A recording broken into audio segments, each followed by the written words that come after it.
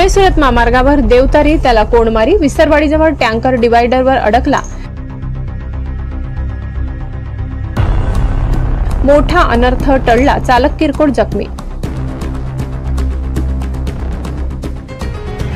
धुळे सुरत राष्ट्रीय महामार्ग क्रमांक 6 NH6 पुन्हा एकदा अपघातांमुळे चर्चेत आलाय। मात्र आज दुपारी 3 वाजेच्या सुमारास झालेल्या एका घटनेत देवतारी त्याला कोंडमारी याचा अनुभव आला। दहिवेलहून विसरवाडीच्या दिशेने अतिवेगात येत असलेल्या टँकर क्रमांक GJ12BW 6392 वरील चालकाचे वाहनावरील नियंत्रण सुटले। नियंत्रण सुटल्यामुळे टँकर बेभान होऊन रस्त्याच्या मधोमध असलेल्या डिवायडरला जोरदार धडकला आणि तिथेच अडकला। विशेष म्हणजे अपघातस्थळ विसरवाडी जवळील सरपणी नदीच्या पुलाजवळ होते।